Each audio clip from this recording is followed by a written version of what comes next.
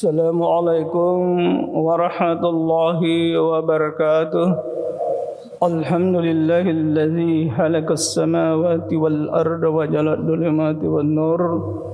Summal ladzina kafaru bi rabbihim ya'dilun.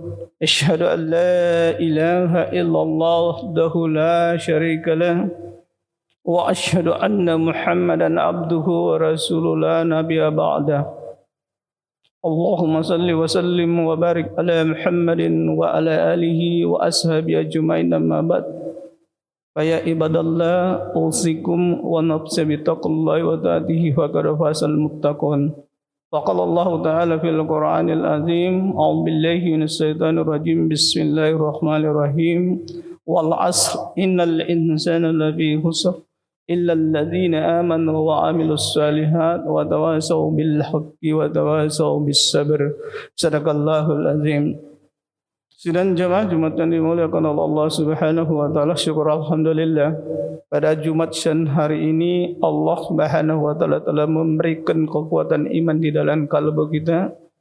Mudah-mudahan iman ini menjadi motivator atau dorongan kita untuk berbuat, untuk melakukan apa yang diperintahkan oleh Allah Subhanahu wa taala dan menjauhi apa yang dilarang oleh Allah Subhanahu wa taala, sehingga kita menjaga Islam yang sejati, Islam yang gagah, Islam yang murni, untuk menjadi hamba-hamba Allah yang selalu taat di dalam menjalankan seluruh perintahnya. Selawat dan taslim kita curahkan kepada Nabi Allah Muhammad sallallahu alaihi wasallam,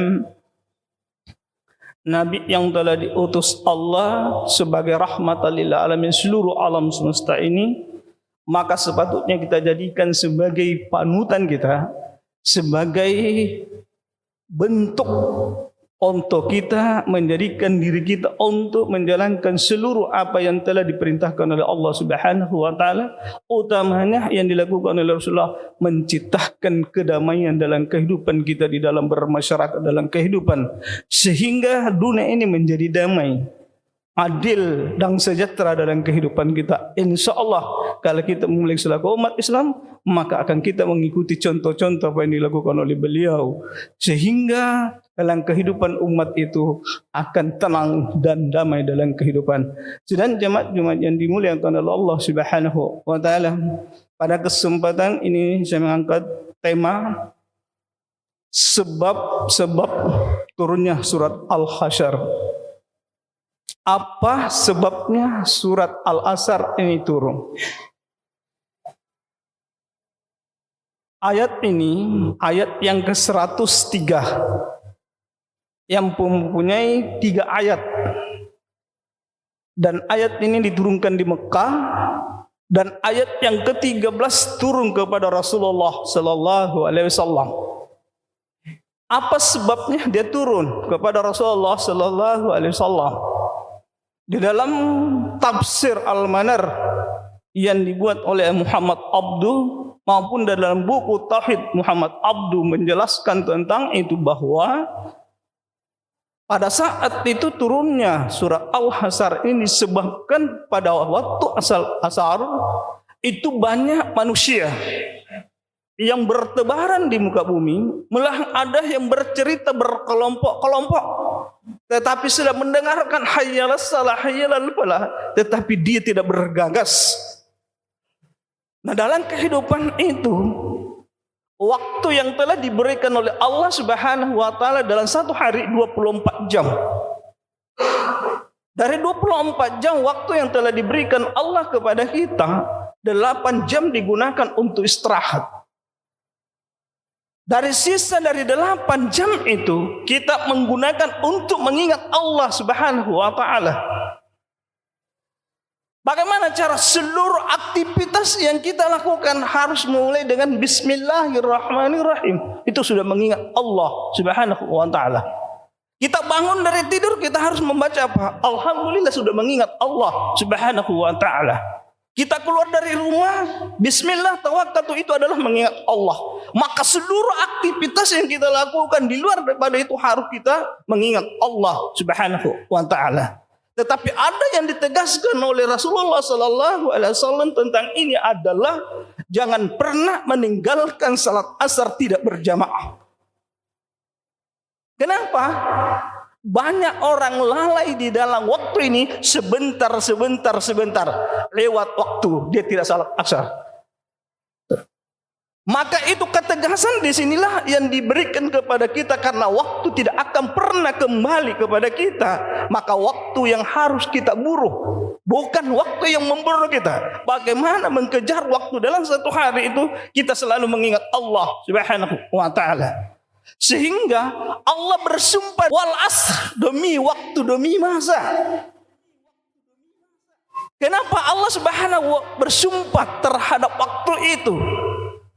Maka janganlah pernah disia-siakan dalam hidup itu, waktu itu. Siapa yang merugi di dalam waktu itu? Innal insana lafi khusr, merugilah manusia. Kenapa dia merugi? Tidak memanfaatkan waktu yang telah diberikan Allah dalam hidupnya. Apakah dia bekerja? Tidak sempurna cara bekerjanya. Waktu yang diberikan kantor jam 8 harus bekerja sampai jam 4 atau setengah 5.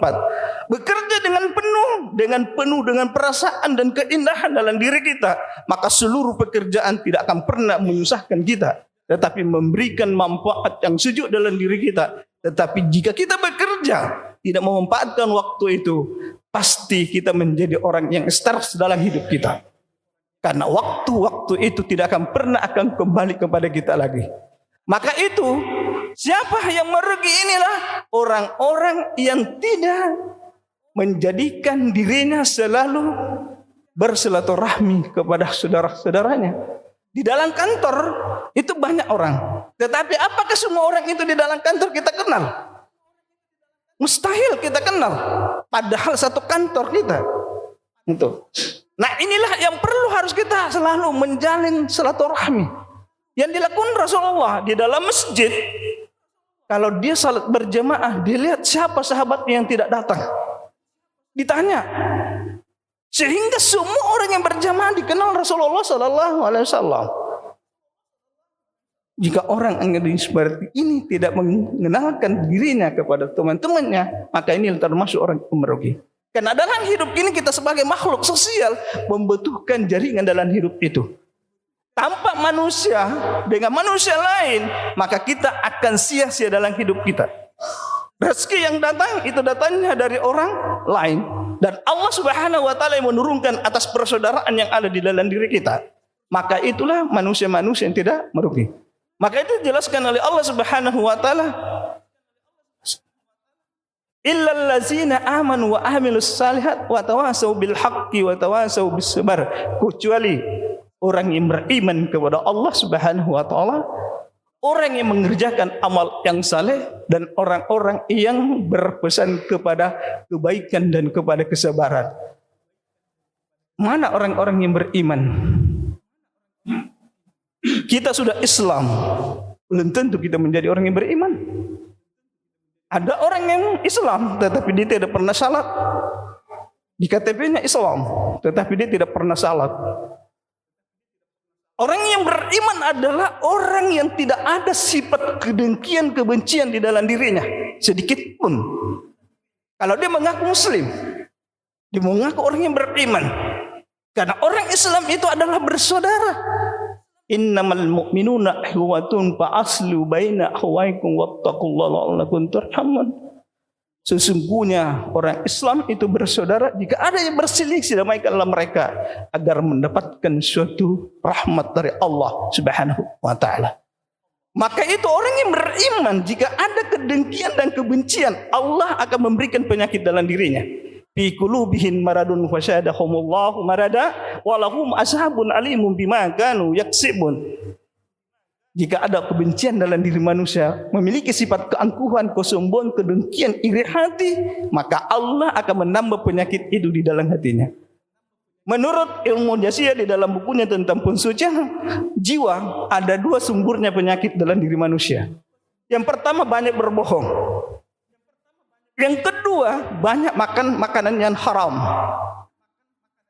Itu timbul penyakit. Maka itu muncullah stres, muncullah tekanan darah tinggi, muncullah penyakit-penyakit hati, muncullah penyakit emas. Semua sumbernya dari kebencian dan ke hati kita ini. Nah, jika ini hati yang suci, insya Allah Allah akan memberikan penyembuhan dalam diri kita. Menurut ilmu jaziyah dalam bukunya ada 4 cara untuk menyembuhkan penyakit itu. Yang pertama, banyak bersedekah. Yang kedua, menyambung tali persaudaraan. Ketiga, memohon ampun kepada Allah Subhanahu wa taala. Yang keempat, perbanyak salat malam. Karena akan diangkat derajat kita. Fatahajjana bihi nafilatan laka asa ayyabu asa qara'buka maqamam mahmuda. Akan diangkat derajat kita oleh Allah Subhanahu wa taala. Inilah cara untukmu. Yang kedua, orang yang dikatakan orang beriman Allah, dia selalu mengerjakan salat berjamaah. Dia tidak pernah meninggalkan salatnya kalau tidak berjamaah. Disitulah ciri-ciri orang yang kuat imannya, kesempurnaan imannya di hadapan Allah. Karena dia tidak pernah meninggalkan salat berjamaah dalam masjid, apakah di rumahnya. Kalau datang hujan, dia bersama jamaah dengan anaknya, dengan istrinya. Maka itu jangan pernah. Karena mengapa? Kerugian yang sangat besar kita lakukan adalah tidak mendapatkan jamaah dalam salat itu. Kalau menurut kali-kali di dalam tafsir Al-Manar, orang yang salat sendiri 1000 kali kita salat sendiri baru sama 1 kali kita salat berjamaah. Nah, itulah kerugian yang kita lakukan dalam hidup itu. Nah, kenapa kita tidak melakukan? Karena kesibukan tadi tidak menggunakan waktu yang telah ada dalam hidup itu. Yang ketiga, orang yang beriman adalah orang yang selalu menjadikan dirinya selalu dibutuhkan oleh orang lain. Apa dimaksud dengan dibutuhkan orang lain? Kalau dia berpikir, dia selalu bertindak dengan tepat. Dia melakukan suatu tindakan dengan berpikir dengan secara teologi. Sehingga di dalam melakukan sesuatu, dia mendapatkan nilai-nilai kebaikan dalam hidupnya maupun kepada orang lain. Sidang jemaah Jumat yang dimuliakan oleh Allah Subhanahu wa taala. Yang kedua, orang yang tidak merugi dalam waktu itu adalah orang-orang yang mengerjakan amal saleh. Mana amal saleh itu?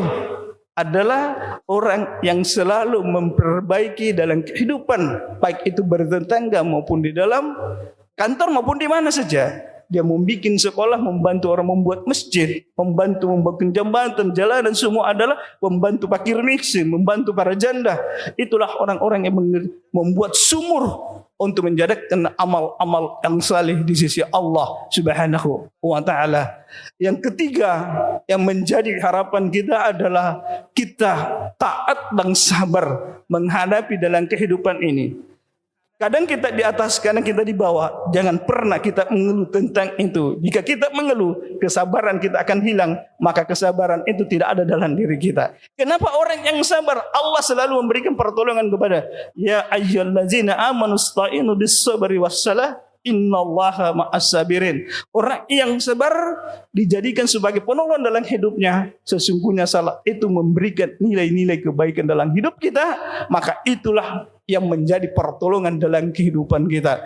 Dan jika ini menjadi penolong dalam hidup kita, maka tidak ada yang bisa membantah dan tidak bisa akan menolak. Tetapi Allah selalu memberikan pertolongan dan bantuan kepada kita. Insya Allah, karena Allah tidak pernah akan buta tentang itu. Sami'un basir, Allah tidak pernah tuli dan tidak bisu dalam kehidupan itu. Maka kita harus mengingatkan diri kita untuk selalu sabar dalam melaksanakan segala perintah Allah dan sabar meninggalkan seluruh apa yang tidak dilarang, yang dilarang oleh Allah Subhanahu wa taala, sehingga kita menjadi manusia yang diberikan iman yang sejati di hadapan Allah Subhanahu wa taala. Saya menarik kesimpulan bahwa turunnya surat Al-Hasyr ini disebabkan ada 2. Yang pertama adalah dalam hidup ini jangan pernah sia-siakan waktu itu dalam hidup kita. Kalau perlu dalam satu hari harus ada jaringan yang kita dapatkan. Jaringan apa yang memberikan manfaat kepada diri kita maupun kepada orang lain. Yang kedua, jadikan waktu itu menjadi dorongan kita untuk semangat di dalam berbuat dan bekerja untuk mendapatkan nilai-nilai kebaikan dalam hidup kita. Jika itu kita tidak mempunyai perencanaan tentang waktu, jangan kita berharap untuk mendapatkan waktu dengan tepat dalam kehidupan kita. Karena waktu itu harus mempunyai perencanaan dan manajemen yang baik, sehingga manajemen yang kita lakukan memberikan hasil apa yang kita lakukan dalam kehidupan itu. Demikian khutbah yang saya sampaikan, mudah-mudahan ada manfaat yang kepada kita semua, utamanya kepada pribadi saya sendiri. Barakallahu li wa lakum bil ayati wasyikr hakim wa taqabbal minni wa minkum tilawatahu innahu huwas samiul alim.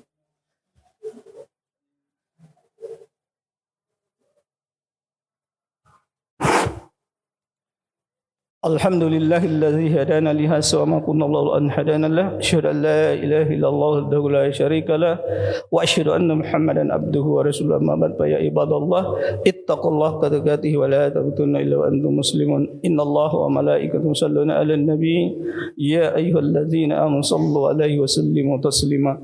Allahumma salli ala Muhammad wa ala ali Muhammad kama sallaita ala Ibrahim wa ala ali Ibrahim wa barik ala Muhammad wa ala ali Muhammad kama barakta ala Ibrahim wa ala ali Ibrahim fil alamin innaka Hamidul Majid.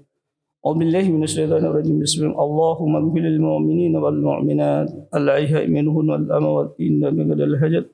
Allahumma rabbana innana sami'na munadiyan yunadi lil iman an aminu bi rabbikum fa amanna rabbana faghfir lana dhunubana wa kaffir anna sayyi'atina wa tawaffana ma'al abrar rabbana amanna faghfir lana warhamna wa anta khairur rahimin rabbana zalamna anfusana wa illam taghfir lana wa tarhamna lanakunanna minal khasirin. Allahumma arinal haqqa haqqan warzuqna ittiba'ah wa arinal batila batilan warzuqna ijtinabah.